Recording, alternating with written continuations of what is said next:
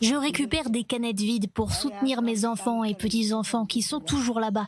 J'attends depuis 15 ans qu'on les amène ici. Je me languis d'eux. Je prie chaque jour pour que rien ne leur arrive. Une tempête de sentiments fait rage dans le cœur des 3 femmes de cette famille. 3 générations de femmes. Ngadaye Alamnek, 84 ans. Heftam, sa fille. Eti, sa petite-fille. On les appelle chaque jour sur WhatsApp. Parfois, ça prend 3 jours. Pourquoi ne répondent-ils pas? Pourquoi ne sont-ils pas disponibles? Ils disent que l'accès à Internet a été coupé. 5 des 8 fils d'Ngadaye et leurs familles respectives, en tout 35 personnes, sont bloqués à Gondar, non loin du front. La guerre civile entre les rebelles de la région du Tigré et les forces armées du gouvernement fédéral s'est d'une certaine façon invitée en Israël. Ça fait peur, mes neveux ont été enrôlés puis relâchés. Nous craignons pour eux tout le temps. Sont-ils morts? Ont-ils été kidnappés contre rançon? Environ 8000 Falashmoura, éthiopiens d'origine juive dont les aïeux se convertirent ou se sentirent forcés de se convertir au christianisme, sont en attente d'immigration vers Israël. Une attente qui date d'une décision gouvernementale de 2015 et qui dure, sans savoir jusqu'à quand, sans savoir quand ils pourront enfin être réunis avec les leurs en Israël. Nous pleurons et ils pleurent. Au ministère de l'Intérieur, personne ne nous aide. Kiryat Malachi est la ville qui compte le plus grand nombre d'Éthiopiens israéliens du pays. Le sort des leurs pèse désormais sur celui de la coalition dirigée par Naftali Bennett, aux prises avec un double dilemme. Ces milliers de gens font-ils face à un danger immédiat et sont-ils juifs?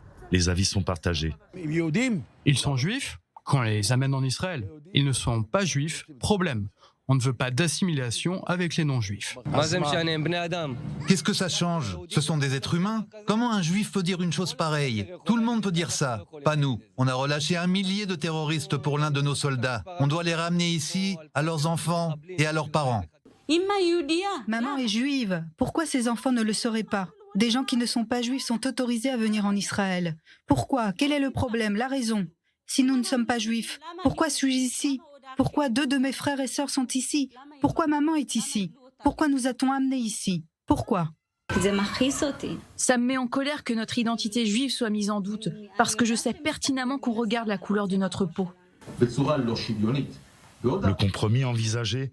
Précipiter la venue de 5000 Éthiopiens qui ont des parents au 1er degré en Israël. Que va-t-il se passer? Personne ne le sait. C'est si triste. Je veux que le gouvernement les réunisse en terre d'Israël avec maman. C'est tout ce que je demande. Je n'ai besoin de rien d'autre. Je veux qu'ils tiennent leurs promesses. Un jour, quelque chose lui arrivera. Que Dieu nous en préserve. Qu'elle meure quand tous ses enfants sont autour d'elle. Ici, en Israël. C'est son rêve. La semaine dernière, cette communauté de 160 000 âmes marquait le Sigd, fête annuelle qui célèbre l'alliance indestructible entre les Beta Israël et l'État d'Israël. Un destin commun qui a subi le contre-coup de cette longue séparation. Les prières sont adressées à Dieu, les suppliques à l'État.